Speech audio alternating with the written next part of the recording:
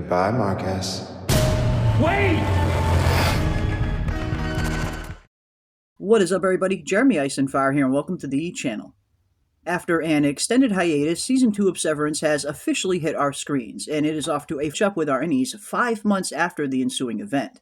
After uncovering a few of Lumon's secrets and getting their first real look at the outside world, our Innies are back in the office once more. And suffice to say, things at Lumon have drastically changed, to say the least.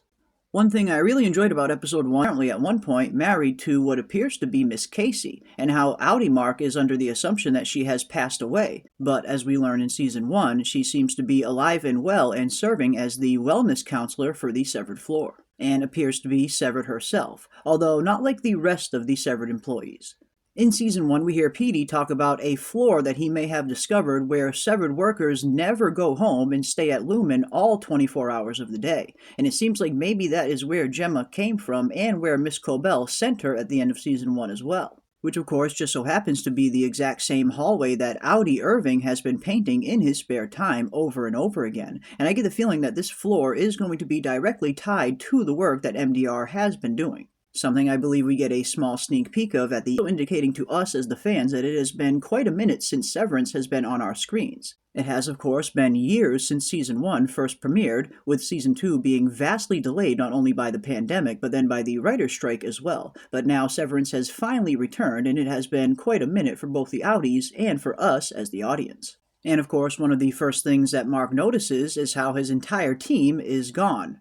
Helly, Irving, and Dylan are nowhere to be found and are replaced with 3 total strangers who are a little bit weird to say the least.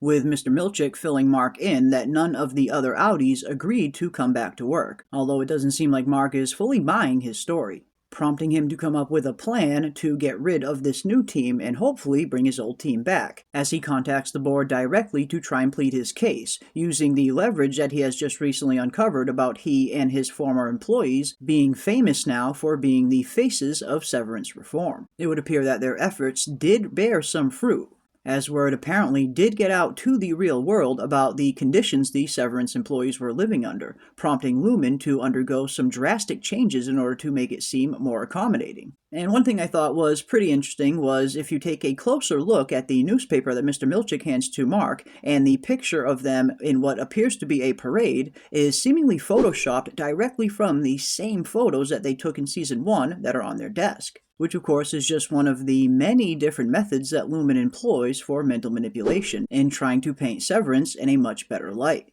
But it seems like Mark's efforts to contact the board directly seems a little bit changed after the events of Season 1. He, of course, is now in charge of the entire severed wing, as Ms Cobell has been fired, with him giving the Innies a choice that I imagine has probably never been offered to any other severed employee in Lumon history, a choice as to whether or not they want to leave or stay. Which of course is something that is usually up to the Audis alone, stating that he does not want to be their jailer, and it seems like he has a little bit of remorse for locking them inside the room at the end of season severed floor and from the new break room, at least according to Mr. Milchick. Whether or not he's being truthful remains to be seen. But here, for the first time, we have our 4 Innies discussing the events at the end of Season 1 and what each of them saw on the outside world, with Mark informing the others that his Audi's deceased wife is secretly Miss Casey, who seems to be alive and seven why he is so productive at his job, which prompts Irving to finally open up and state just what exactly he experienced on the outside world, and how he tried to track down Bert G, only to find out that Bert is already happily married with somebody else, with Irving also conveying to Dylan that his Audi has been drawing non-stop portraits of this mysterious and somewhat ominous elevator hallway. The very same hall, in fact, that Ms Cobell sends Miss Casey towards the end of Season 1, and most likely will also lead to the place that Petey was speaking about as well, where Severance employees never go home. But I don't think there are mere employees down there on that floor. I am starting to think that maybe there's a little bit more to this clone theory than we originally thought, and how the Miss Casey that we saw in Season 1 wasn't exactly Gemma, but a cloned version of her. And if that is the case, I wouldn't even be too surprised if Miss Hong was also another cloned version of Gemma, albeit a much younger one, of course. And 98% complete, matching up with the 68% complete we see on the screen with Miss Casey's face. Could the MDR workers be actively repairing code in real time to keep these chips functioning properly? After all, we did hear a very interesting line of dialogue in the Season 2 Severance trailer that seems to be coming from one of the board members that we'll be meeting later on in the series, stating that the work that MDR is doing is going to be known as some of the most important in human history.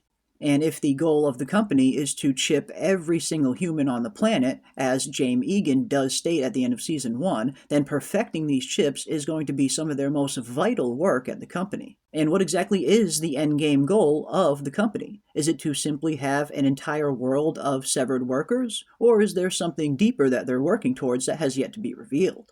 Could the severance portion of the chips simply be phase 1 in their plan? Could these chips eventually evolve into something far more sinister, like some form of mind control perhaps? Or at the very least, a form of influencing one's acts through the use of these chips in some way? Could the code that the MDR workers are repairing be a little bit more than just technological, but neurological as well? Could they actively be rewriting synapses in the brain or manipulating neurons as a form of changing the brain chemistry entirely? And how exactly do all of the other departments at Lumon fit into their master plan? And how many departments do they ultimately have? After all, we do. But one thing's for sure, Severance Season 2 is back and the show certainly has not skipped a beat. So far, Episode 1 was a beautiful return to form in that very same high-level form of storytelling and intrigue and mystery that we came to expect in the first season. Suffice to say, they are certainly off to a very good start. But that is going to do it for our Episode 1 breakdown for Severance Season 2. And definitely leave your thoughts and comments down below. Where do you think the series is going, and what is MDR really working on? And if you enjoyed this video, don't forget to leave a like on your way out and consider subscribing to stay up to date on all of our upcoming content, as we will be covering all episodes of Severance. And until next time, keep those tinfoil hats on, folks, and I will see you on the next one. The work will be remembered as one of the greatest moments of this planet.